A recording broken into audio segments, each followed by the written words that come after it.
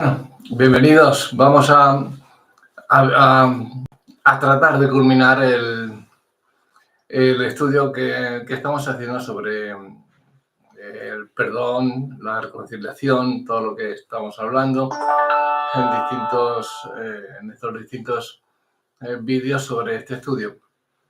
Queremos acabar para que no sea tampoco demasiado, que vengan, no sé, mucha información, que no haya mucha teología, que sé que siempre cansa todo eso, y que sea un poquito más ameno, y por eso hacemos los estudios más, digamos, los que tenemos por aquí, pues más cortitos, más resumidos, que no nos dejemos nada fuera, pero que todos pues sean amenos y sean no tan tediosos como esas clases de teología que estamos acostumbrados, ¿no? Y hay hasta algunos, como yo los digo, que empiezan a pegar cabezazos en una simple predicación. Queremos hacerlo ameno todo, y por eso es por lo que queremos terminar hoy todo esto. No terminarlo, sino dejar este pequeñito estudio, esta pequeñita, este pequeñito toque que me ha dado Dios en estos días, metiendo cosas en mi cabeza, en mi corazón, en mi alma, para compartirlas con vosotros. Entonces, hablamos sobre el perdón, la reconciliación, y vimos últimamente la diferencia que había entre ellos, ¿verdad? Entre perdón y reconciliación. Perdón, sabes que no hace falta que la otra parte haga nada, sino solamente tú debes perdonar y punto. Y abres la puerta a la reconciliación. Pero para que la reconciliación sea tal y sea efectiva, debe de ser bilateral por la otra parte también. Entonces, para que os fundáis en un abrazo y ambos seáis abiertos a esa reconciliación. Pero tu deber es abrir esas puertas, después de perdonar, abrir las puertas a la reconciliación, como Dios hizo con nosotros por medio de su Hijo, nuestro Señor Cristo Jesús. La reconciliación, yo sé, tú puedes perdonar y muy bien, y vale, ya has perdonado, pero siempre decimos el perdón y el olvido. Yo perdono, pero no olvido. Cuidado con esas palabras. Siempre os lo repito y no me cansaré de decirlo. Cuidado con esas palabras. Eso no conlleva ni perdón ni conlleva nada. El perdón significa perdón, fuera, has echado todo. No te acuerdas de nada de lo que ha pasado con esa persona. Aquí todas las cosas son hechas nuevas. A mí, cuando me llevan a alguien a conocer a alguien, a la iglesia, donde sea, pero es que este ha sido tal, este ha sido cual, a mí no me importa. No me importa lo que es de aquí en adelante, punto. No me importa que haya sido católico, como si ha sido drogadicto, como si ha sido, yo qué sé, un pandillero de Colombia o de El Salvador o de cualquier sitio. Me da igual. Todos pueden acercarse a Dios, y yo estoy como embajador suyo y como ministro del Señor. Entonces, no tengo por qué hacer acepción de personas si mi Señor no lo hizo. Es más, entre sus discípulos tuvo un traidor, y él lo sabía, pero le tenía por si ese traidor aceptaba ese perdón y se arrepentía, y abría también sus puertas a la reconciliación. La reconciliación no siempre es fácil y requiere ciertas condiciones para que esta sea posible. Estamos hablando sobre ellas, ¿no? Estas condiciones también nos ayudan a asegurar que la reconciliación sea genuina y sostenible. Hoy, más que nada, debe de haber, pues, porque la reconciliación es más que un simple acto de perdón. Tú perdonas, pero la reconciliación es algo más. Es un proceso que implica la restauración de la confianza y la relación entre esas partes que están involucradas. O sea, no es decir, te perdono, bien, te doy un abrazo, te abro las puertas a la reconciliación, pero no confías en esa persona. Entonces, esa reconciliación es un poquito light, ¿no? Es un poquito suave, no es... Y la Biblia es radical. O sí, sí, o no, no. O te reconcilias, pues mejor que lo dejes y te reconcilias y bien, y adelante. Que sea por tu parte, si es por la otra parte, pues mira. Ahora, no te reconcilies con Satanás o con los hijos de Mamón, no te reconcilies con ellos porque con ellos no hay reconciliación, porque ¿qué comunión tiene Cristo con las tinieblas? El Señor con Belial, ninguna. Con eso no existe tal reconciliación. Entonces vamos a ver el primer paso que lleva a la reconciliación, que es el arrepentimiento. La persona que ha cometido la ofensa, por decirlo de alguna forma, debe de reconocer su error y estar dispuesta a cambiar. Estoy hablando de cuando tú perdonas y abres la puerta a la reconciliación. Esa persona debe de estar también arrepentida, aunque tengas tú la culpa o la tenga ella. Eso es lo de menos. El perdón ya existe, ¿no? Venga, nos damos el perdón, ahora vamos a abrir la puerta a la reconciliación. Para ello el primer paso es el arrepentimiento. Entonces, ahí la persona debe estar dispuesta a reconocer su error y a cambiar por completo. El arrepentimiento verdadero implica un cambio total de corazón y de comportamiento. O sea, no es decir, te abro la puerta a la reconciliación para que cuando vuelvas a estar en la misma situación te vuelva a clavar el puñal, ¿no? O sea, cambio de corazón y de comportamiento. Todas las cosas son hechas nuevas. En Hechos 3:19, Pedro nos exhorta a arrepentirnos. Nos dice, así que arrepentíos y convertíos para que sean borrados vuestros pecados. El arrepentimiento es crucial. Arrepentíos y convertíos. El arrepentimiento es crucial porque muestra nuestra disposición. Y esta debe ser una disposición genuina para cambiar y corregir el daño causado.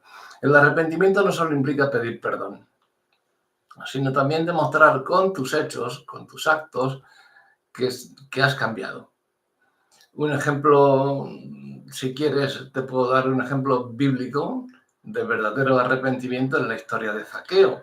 Después de encontrarse con Jesús, decidió devolver 4 veces lo que había robado. Esto lo podéis leer en el capítulo 19 de Lucas.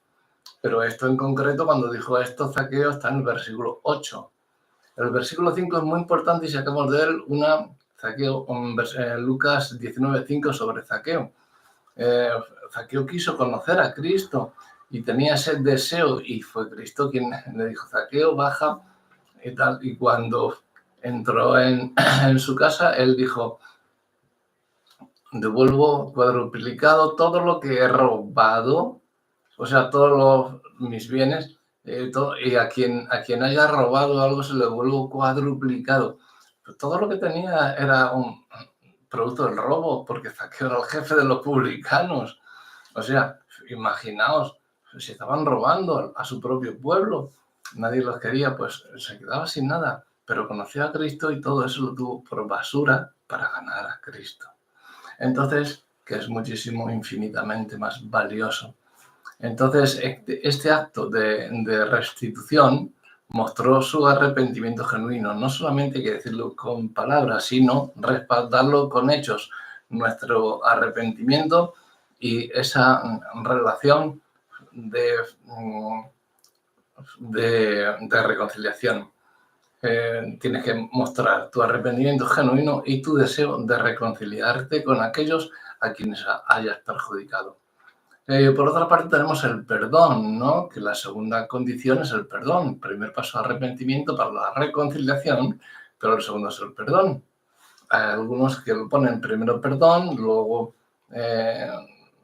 arrepentimiento para la reconciliación, pero yo creo que en primer lugar debemos dar al primer lugar. el arrepentimiento, porque tú no vas a perdonar a alguien si no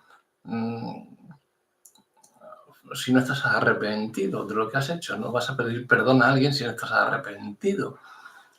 Tú no vas a pedir, Señor, perdóname, si no te has arrepentido de los fallos, de tus pecados. No puedes pedir perdón porque vas a volver a cometer, vas a volver a estar.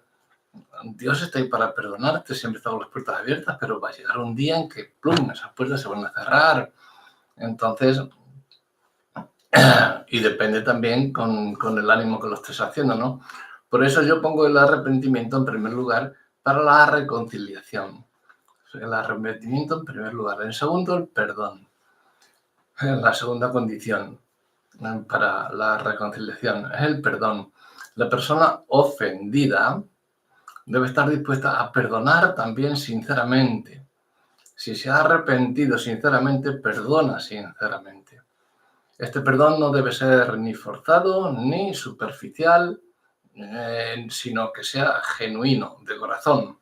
El perdón libera, como hemos dicho, el perdón libera a ambas partes del odio, de la venganza, del rencor, y abre la puerta a la reconciliación.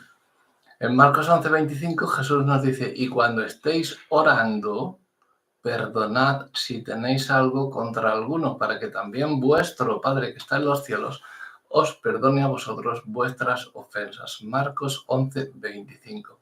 El perdón sincero es una condición esencial para la reconciliación. Sin él es imposible restaurar una relación de manera significativa, ¿no? El perdón es un acto de obediencia a Dios y es un reflejo de su gracia en nuestras vidas. En Efesios 4:32, que es el versículo que llevamos desde el primer momento estudiando, no estudiando, sino que es el versículo de cabecera para este estudio, digámoslo así, nos dice Efesios 4:32, dice, antes sed benignos unos con otros, misericordiosos, perdonándoos unos a otros, como también os perdonó a vosotros Dios en Cristo Jesús. En tercer lugar tenemos la restauración. Tenemos el arrepentimiento, el perdón y la restauración. Son, digamos, los tres pasos necesarios para para reconciliarnos, ¿no? Ambas partes, aquí sí que es la restauración, ambas partes deben trabajar juntas para restaurar esa confianza en la relación tal y como la tenían antes, porque yo conozco, sin ir más lejos, matrimonios, ya no amigos, que te puedo hablar de amigos, que te puedo hablar de mí, de otros que en ciertos momentos hemos perdido la confianza porque no han hecho las cosas como hemos querido o no hemos hecho las cosas como han querido y han perdido la confianza en nosotros o nosotros en ellos muchas veces, o nos rebajan de nivel o dejan simplemente de hablar con nosotros sobre ciertos temas que antes eran cotidianos. Hay que restaurar todo eso, hay que restaurar la confianza y la relación. O sea, somos, digamos, no voy a hablar de Hebreos 10:25, de que hay que congregarse, de qué tal, no, porque ese versículo está sacado fuera de contexto y ese versículo solamente lo usan los pastores falsos y falsos maestros de la prosperidad, que dicen en iglesia de la prosperidad. ¿Por qué? Para que te congregues en sus iglesias. Pero es que vamos a ver, no dejando de congregaros vamos a ver, cuando se escribió ese versículo no había iglesias. Cuando el autor de Hebreos escribió el capítulo 10 y el verso 25, no dejando de congregaros, estudiad en griego o en el original lo que quiere decir esa palabra, porque significa bastantes cosas. No os lo voy a decir porque quiero que lo hagáis vosotros. Porque ya os lo he dicho otras veces también, y quiero que lo hagáis vosotros ahora también, que lo estudiéis en griego, en la interlineal, en la Biblia interlineal lo podéis coger, y en la que viene el original, ¿no? Las escrituras originales. Entonces, cuando dicen, no dejando de congregaros y tal, no. ¿Dónde te vas a congregar si solamente había templos judíos, sinagogas? ¿No te vas a congregar en una sinagoga? No, pero es que no tienes que dejar de congregarte, pero ¿cómo me voy a congregar en una iglesia de la prosperidad? ¿Tú estás loco? Es que lo dice Dios. No, Dios no quiso decir eso. Cuando le inspiró al autor de Hebreos a escribir 10:25, no dejando de congregaros, quiso decir no dejar de estar al lado de Dios. Estamos de acuerdo que en la multitud de consejeros está la sabiduría. Por tanto, nos congregamos para entre todos bendecirnos y aumentar nuestro crecimiento espiritual. Lo hacemos mediante la predicación del pastor, mediante las conversaciones que tenemos con hermanos y hermanas, de muchas formas. Pero eso no quiere decir que tú tengas que congregarte en una iglesia que no tiene sana doctrina. Todos hoy dicen tener que tienen sana doctrina. Todas las iglesias tienen la verdad. Suya es la verdad. Porque hay 4.000 denominaciones cuando Cristo vino a llamar a la unidad. Porque hay 4.000 denominaciones que dicen tener la verdad. Porque si el calvinismo, que si el arrianismo, que si el metodismo, el pentecostalismo. El pentecostalismo yo creo que es lo que más se asemejaría, dado que la Iglesia fundó en el día de Pentecostés. La Iglesia me refiero a nosotros. Nosotros somos la Iglesia. Tú y yo somos la Iglesia de Dios, los que creemos en Cristo. No un templo, por muy suntuoso que sea. Eso es un templo hecho de manos de hombres. Y ya Dios no lo dice, que Dios no habita en templos hechos por manos de hombres, habita en nuestro corazón. Por lo tanto, no dejando de congregaros significa que no te alejes de Dios, que no te vayas con otro que va por el mal camino. No. Ahora, también es cierto que si tienes una iglesia con sana doctrina, siempre va. Una iglesia, dicen muchos, es que una iglesia no es perfecta, ninguna iglesia es perfecta. Es que solamente hay una iglesia. Y esa iglesia es perfecta y es santa, porque somos nosotros, el cuerpo de Jesucristo, la esposa de Cristo. Y somos santos, porque Cristo no tiene mancha, no tiene ni una pequeña mácula. Entonces, ¿por qué dices que no hay iglesias perfectas? Sí, la de Cristo. Y si tú perteneces a la iglesia de Cristo, eres perfecto y eres santo, porque Él te santifica con su sangre cuando tú invocas su santo nombre. Y tú guardas sus mandamientos, sus preceptos y su ley. Entonces, sí, eres su iglesia y eres santo. Pero eso no quiere decir que dejes de congregarte en otra iglesia que, bueno, todas tienen sus más y sus menos, pero que se esté predicando la palabra de Dios, no que se esté predicando el culto a Mamón y que venga a dar diezmos o venga a hacer esto o a hacer espectáculos, como hacen muchos, porque han convertido las iglesias en comercios y en teatros.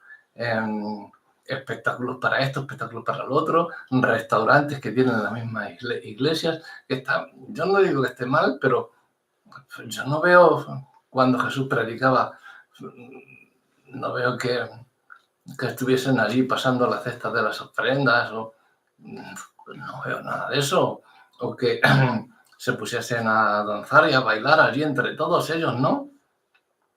Tenían su gozo, tenían su alabanza, David danzó, David bailó, pero es que para cada cosa hay su tiempo. Luego, no es decir, hoy traemos a un predicador nuevo, un tal y cual, y todo el mundo, ¡qué bien! Y parece que ese le da 100 vueltas al pastor que tenemos en nuestra iglesia. No sé por qué, le hacemos más caso y estamos con los ojos atentos porque, es que tiene el don de sanidades, tiene el don de no sé qué. ¿Y qué pasa? Que tu pastor, aunque no tenga ese don, es menos que él. Yo eso siempre he estado en contra de ello y ese hombre se va a ir, ese predicador, por muy bueno que sea y 100 veces mejor que tu pastor quizá, pero ese hombre se va a ir a otro sitio y a ti quien te va a seguir pastoreando va a ser tu pastor, no ese que te ha dado una charla. Ha venido a dar una charla, que está dando charlas por todos los sitios y te ha venido a dar esa charla, que no digo que sea mal, porque hay que estar cambiando, no siempre viendo la misma cara del pastor y hay que dar también paso a otros que van creciendo y ponerlos en el púlpito también para que prediquen la palabra de Dios, aunque la palabra de Dios se predica a tu vecino, a tu compañero de trabajo, a tu hermano, a tu hermana, a tu cuñado, a tu mujer, a tu marido.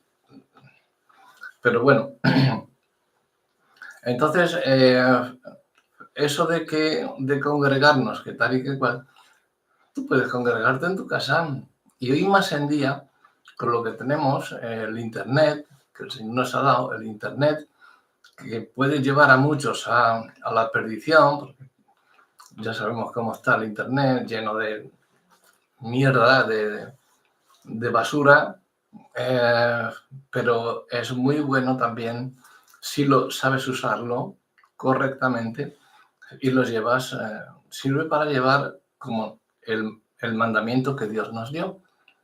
Y predicad a todo el mundo el Evangelio. Y eso es lo que estamos haciendo. Por medio de Internet, llevar a todo el mundo. Porque Internet está abierto a todo el mundo. A no ser a algunas tribus de la Amazonía, de estas que están metidas por ahí, que no ha habido ni un misionero que haya ido allí. Pero estamos, digamos, casi todo el mundo. Porque hasta que no se ha predicado este Evangelio hasta el último rincón del mundo, no va a ser cuando venga nuestro Señor. Y empiecen, ya están sucediendo cosas que nos avisan de la inminente venida, retorno de nuestro Señor Jesucristo. Pero, por lo tanto, si veis que tenéis la iglesia y el pastor es uno de la prosperidad, es un falso maestro o es un falso pastor, que ni se preocupa por cuál es tu segundo apellido, si estás mal o si no has ido, te llama y se preocupa por ti o va a verte, o si tienes un familiar en el hospital, va al hospital y va, que se preocupa. Un pastor está para eso y para muchas cosas más. No solamente se preocupan de pedirte las ofrendas y que vayas allí al altar y deposites tu ofrenda que hay que hacerlo también, pero acuérdate de que fuera también hay mucha gente necesitada. Por lo tanto, también cumple con tu obligación tanto dentro de la congregación como fuera, porque tú eres iglesia, por lo tanto tú eres quien tienes que dar. Tú eres el hijo de Dios o la hija de Dios y tú eres quien tienes que dar como Cristo se dio en sacrificio por ti y por mí. Por lo tanto, imagínate un señor mayor que no tiene coche, no pasa el autobús por su casa, tiene que, o si pasa, tarda 2 horas en llegar a la iglesia más próxima, porque en su pueblo no hay iglesia cristiana, pues solamente hay una ermita católica y no te vas a meter ahí tampoco, porque estás pecando. Entonces, Hebreos 10:25 no está en el contexto que muchos creéis o que muchos creen y que dicen que hay que congregarse, sea como sea, porque tal. No. Otra cosa es decir que no vas a ir, es que me duele la cabeza, no, es que hoy no estoy para ir. Si tienes que ir a la iglesia para todo lo que sea, si hay un día que no te encuentras bien, habla con el pastor y después que el pastor llegue a tu casa, ora por ti o con algún hermano y fuera. Pero te estás congregando de una u otra forma. Nunca te congregues porque diga Hebreos 10:25, según muchos, que te tienes que congregar, ya sea donde sea. Así que, pues vete a un templo judío, a un templo budista, a un templo, a una mezquita, vete y congrégate ahí. No, no, no y no. Cuando se escribió eso no existían templos cristianos. Por lo tanto, eso de no dejando de congregaros significa que aunque estés en tu casa, no dejes de estar al lado de Cristo y prediques la palabra, aunque sea a tu mujer, a tu hermano, a tu hermana, a tu hijo, predica siempre la palabra. Por internet, por donde sea, por donde quieras, predica la palabra de Dios. Y haz lo que debes de hacer y que es lo que estamos haciendo para ello, que es el perdón, la reconciliación y la restauración, que es de lo que estamos hablando. Creo que queda claro eso de no dejando de congregarnos como algunos tienen por costumbre. Creo que ahí está claro. ¿En tu casa te congregas? Sí. ¿Por qué nos dice el Señor, tú cuando estés solo entra en tu cuarto a solas y cierra la puerta? ¿Por qué te crees que dice eso el Señor? Y luego dice en Hebreos 10:25, no dejando de congregarnos, porque ahí estás congregado con el Señor. Donde están 2 o 3 en mi nombre y estoy yo en medio de ellos. Si estás tú solo, no hay nadie, pero si tú estás hablando con Dios, ya estás con otras 3 personas más, el Padre, el Hijo y el Espíritu Santo. O sea que ya hay más de 2. Por lo tanto, Dios está hablando, te está hablando a ti para que tú luego hables a los demás. Y Dios está ahí donde tú estás, orando aunque estés tú solo. Cierra la puertecita de tu cuarto y ora a Dios. Ponle y exponle lo que tú desees y lo que tú quieras. Y ojo, porque la oración a Dios es una conversación con Él, una relación, que es lo que estamos hablando. Tú pides perdón, abres la puerta y te relacionas de nuevo con tu Señor, con tu Creador. Y Él te restaura. Por lo tanto, cuidado con eso de Hebreos 10:25. Entonces, llegamos a la restauración, que es la tercera condición para lo que estamos hablando, porque aquí ambas partes deben de trabajar juntas. Dios está siempre dispuesto con los brazos abiertos, las puertas abiertas para esa restauración, pero tú tienes que tener arrepentimiento y ser perdonado. Ya eres perdonado, pero tienes que tener arrepentimiento. Y la relación con Dios, abres tus puertas a la relación, Él las tiene abiertas, enseguida tú le pides perdón de corazón y Él te restaura. Y ahí ambas partes debéis de trabajar. Dios hace su parte y tú la tuya. Muchos los oigo decir, no, porque el Espíritu Santo es quien me enseña, es quien me dice de todo lo que debo decir y lo que no. Vale, sí, de acuerdo. Pero Dios ha hecho su parte ahí. Ahora tú haz la tuya. No dejes de estudiar tú. Dios te ha dado, te ha escogido, te ha llamado, pero para que tú hagas tu parte, Dios no va a hacer tu parte. Dios ha hecho la suya. Y en Deuteronomio 30:19 te dice, he aquí yo he puesto hoy delante de ti la bendición y la vida, la maldición y la muerte. Y te dice, escoge. Eres tú quien tiene la elección. Y Él te da hasta el consejo. Te dice, escoge pues la vida. Y te dice hoy, no te dice mañana ni pasado, porque el pasado ya pasó. Y el mañana solamente le pertenece a Dios. Así que hoy, este momento ahora, es cuando debes de escoger y lo que Dios te dice. Yo te aconsejo que escojas pues la bendición y la vida para que seas salvo tú y toda tu casa, tu descendencia. Entonces, cuidado con esos que quieren sacar de contexto muchos versículos y uno de ellos es Hebreos 10:25, porque todos esos que te dicen no dejes de congregarte es para que los sueltes lo que ellos quieren. Entonces, ten cuidado con esas iglesias porque hay mucha gente que no tiene iglesias en su sitio, ni tiene medios de acudir a un templo cristiano, no tienen medios, pero él es iglesia. Es más cristiano que el pastor de una iglesia que tenga 50.000, pero no tiene dónde congregarse por medio del estudio de su palabra. Hay estudios por todos los sitios. Entonces tú tienes que estudiar su palabra, tienes que orar, tienes que meditar, tienes que hacer tu parte, tienes que vivir su palabra. No, el Espíritu Santo es el que lo hace. Ya está.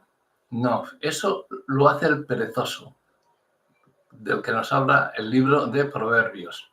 El perezoso dice, el león está en el camino y se da la vuelta en la cama y otra vez a dormir. No, levántate, sal y pelea. Eso es lo que hay que hacer. No estar, pues como me lo da el Espíritu Santo, pues aquí estoy, ¿no? Me dan mis padres comida, bebida, ropa, pues para qué voy a ir a buscar trabajo por ahí fuera. Yo me quedo en casa de mis padres y ya está, porque lo tengo todo. No, tienes que hacer algo para el día que tus padres lleguen a la vejez, hagas tú lo que tus padres hicieron por ti cuando tú eras pequeño. Y eso es lo que Dios hace con nosotros. Y luego nos dará la bendición, pero ahora nos toca a nosotros hacer nuestra parte y trabajar aquí para su obra siempre, para su gloria, para darle a él lo que merece. Y entonces tendremos lo que él tiene para nosotros. Cuidado con esos que os quitan la bendición por sacar textos fuera de contexto. Mirad y oídme bien y quedaros con esto. La Biblia es la palabra de Dios, sí, pero la Biblia es para leerla toda en el contexto Antiguo y Nuevo Testamento, ¿vale? No es para ir sacando versiculitos, pasajes, un versiculito de un pasaje. Si lees un pasaje, lee del pasaje. Y estúdialo, medítalo y llega a la conclusión que Dios ora y habla con Dios a ver qué es lo que te quiere decir a través de ese pasaje. Pero la Biblia es un contexto para que entendamos a Dios en una ínfima parte que nos ha dejado aquí, de su palabra, de su ser, de su esencia. Entonces no me saques un versiculito y me digas, no, porque si no te congregas no eres hijo de Dios. No, mentira. Pero es un falso cristiano, eres un falso maestro. Hay que restaurar la confianza y la relación. Muchas veces el restaurar la confianza es muy difícil porque siempre te queda el gusanillo de decir, uy, este me va a hacer lo mismo que me hizo. O a la mínima que veas, ya está otra vez, he liado con esto, ¿sabes? O sea, es muy difícil, lo sé, pero es posible gracias a Dios, porque en Dios no hay nada imposible. Filipenses 4:13 te está diciendo que todo lo puedes en Cristo que te fortalece. Si tú te fortaleces en el Señor y en el poder de su fuerza, tú lo puedes todo. No hay nada que no puedas. Para restaurar la confianza, pues lo mismo. Esto puede incluir también conversaciones abiertas y honestas, ¿no? Tiempo para sanar y un compromiso, digamos, mutuo, ¿no? Para no repetir los errores del pasado. Si ves algo en tu hermano o en tu hermana que no te gusta, díselo. Si ves algo en mí que no te gusta, dímelo, para no volver a caer en ese error, ¿no? Muchas veces lo dejan pasar por alto o por no molestar al hermano o a la hermana, no se lo decimos y eso va creciendo dentro de nosotros y cuando sale, ¡buah!, sale como un torbellino y eso rompe relaciones por todos los sitios. Entonces, cada cosita que veamos, digámosla y ahí vamos puliendo el rostro del hombre con el de su amigo se aguza, ¿no? Ahí nos vamos puliendo y vamos creciendo espiritualmente. Entonces, en Gálatas 6:1, Pablo nos exhorta a restaurar a los que se han caído. Dice, hermanos, si alguno fuere sorprendido en alguna falta, vosotros que sois espirituales, restauradle, pero siempre con espíritu de mansedumbre. No es lo que has hecho porque tal. No. Con amor. Mansamente, como debajo de él, para levantarle. No te creas superior a él porque tú te creas que no has fallado y él ha fallado. Tú has fallado igual que él. Y tú has pecado igual que él. Igual que yo, igual que todos. No nos creamos superiores porque veamos en ese momento a alguien que ha caído. Vamos a restaurarle poniéndonos por debajo de él porque hemos hecho cosas peores que lo mejor y subirle hasta los pies de Cristo. Un ejemplo de todo esto que os estoy hablando de restauración es la relación entre Pedro y Jesús. Fijaos que os estoy llevando a... No estoy hablando yo, está hablando la Biblia, está hablando la palabra de Dios. Y esta relación entre Pedro y Jesús, fijaos, Pedro Bueno, si cuando hizo eso, fijaos las veces que discutió con el Señor Jesús y el Señor Jesús le reprendió y le tuvo que, igual que cuando le tuvo que ensalzar, también le ensalzó. O le tuvo que dar una palmadita en la espalda, pues igual. Pero cuando le tuvo que decir las verdades, se las dije. Quítate delante de mí, Satanás. ¿No ves que eres piedra de tropiezo? Una de las veces. Y antes había confesado, tú eres el Cristo, el Hijo del Dios viviente. Y a los 10 minutos le está diciendo tal. O luego le dice, le está hablando Jesús diciéndole, cuando eras joven, tú hacías lo que querías, pero cuando seas mayor, ¿no? Diciéndole la forma en que iba a morir y todo. Y él miró para atrás y vio que le seguía Juan y le dijo, ¿y este qué? Si yo quiero que él quede hasta que yo venga, ¿a ti qué te importa? Tú mira hacia adelante, mira para ti, mira para adelante. Tú sígueme, soy yo quien debe importar, te dice Jesús. Él es el que debe importar. Pero ahí es el ejemplo por antonomasia de restauración, que es la relación entre Pedro y Jesús que tenían. Pedro, después de negar a Jesús 3 veces, Pedro fue restaurado por Jesús a través de una conversación sincera y amorosa en la que Jesús le preguntó 3 veces si lo amaba. Esto lo podéis leer en Juan capítulo 21 y versos 15 al 17. Por lo tanto, para aplicar estas, digamos, lecciones, este pequeño mensaje del perdón y de reconciliación en nuestra vida diaria, podemos empezar por orar. Orar diariamente y cada vez más a menudo, pidiendo a Dios que nos dé un corazón perdonador. También podemos buscar oportunidades para reconciliarnos, siempre buscando oportunidades de una forma o de otra. Escribe, llama, trata de mirar a ver si puedes. Hay muchas cosas. Busca oportunidades para reconciliarte con aquellos con quienes tienes o tenemos conflictos, porque todos tenemos conflictos con alguien de vez en cuando o casi siempre. Y sigue los pasos del arrepentimiento, del perdón y de la restauración, que creo que los hemos dejado bien claritos. Creo que hemos aprendido lo que es en la familia cristiana. Hemos aprendido la importancia del perdón y de la reconciliación. Cada vez que surge un conflicto, debería ser así. Yo te hablo ahora de la familia que está físicamente conmigo y de muchas familias que está virtualmente conmigo también, que nos hablamos de esta forma también. Por eso digo que la familia, yo todo el que crea en Jesús es mi familia, es mi hermano, es mi hermana.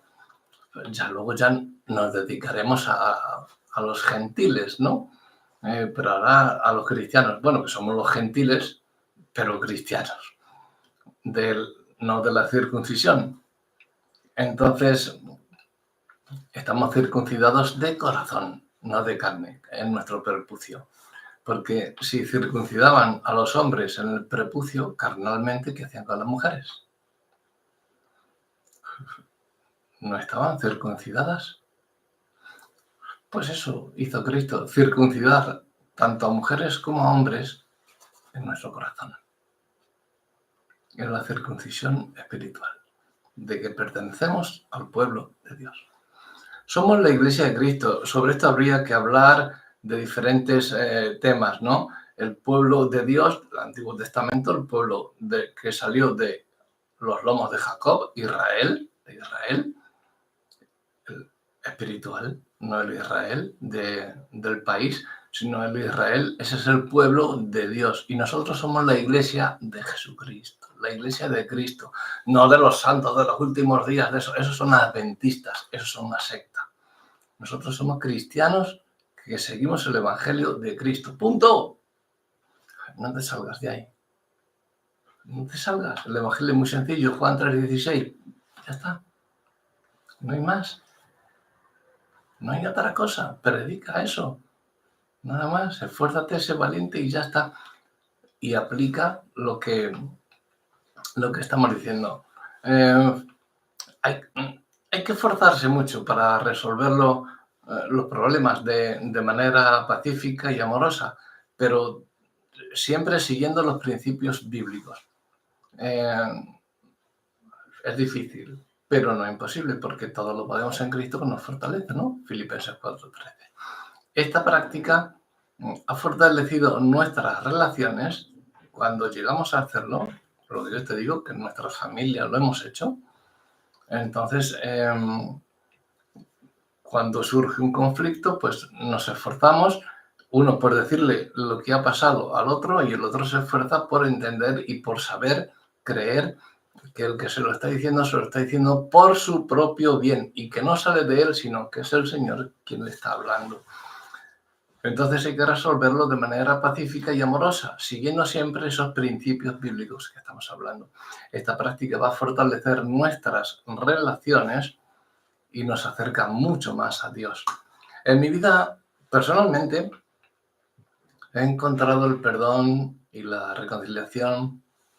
El perdón, wow, fue tremendo. Y la reconciliación, ya os digo que cada día la estoy viendo con mayor apertura de puertas. No se pueden abrir más las puertas, pues siguen abriéndose más puertas en la reconciliación.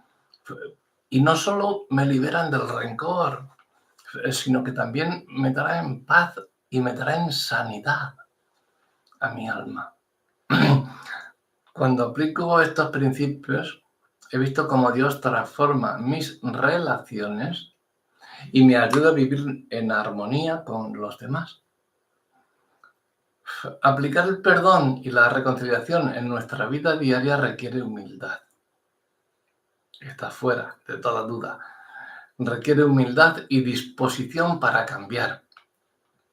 Debemos estar dispuestos a reconocer nuestros propios errores, perdonar de corazón y trabajar en la restauración de nuestras relaciones. Esta práctica nos acerca más a Dios y nos permite experimentar su amor, su misericordia, de una manera mucho más profunda. Por lo tanto, el perdón y la reconciliación son actitudes poderosas que transforman nuestras vidas y nos conectan con Dios de una manera tan profunda que cada vez va a ser más difícil que el enemigo pueda hacerte mella, porque profundizas tanto la relación con Dios que es imposible ya sacarte de ahí.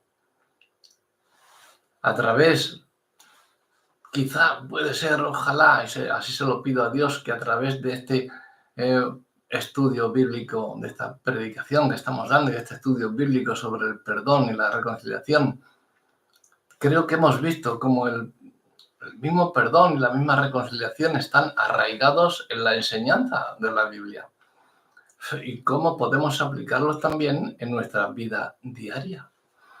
Cuando practicamos el perdón y la reconciliación, estamos cumpliendo con la voluntad de Dios. Entonces experimentaremos su paz. Cuando lo aplicamos, experimentamos su paz. Y experimentamos, Él nos da la bendición y experimentamos esa bendición, la cual también queremos para nuestros hermanos.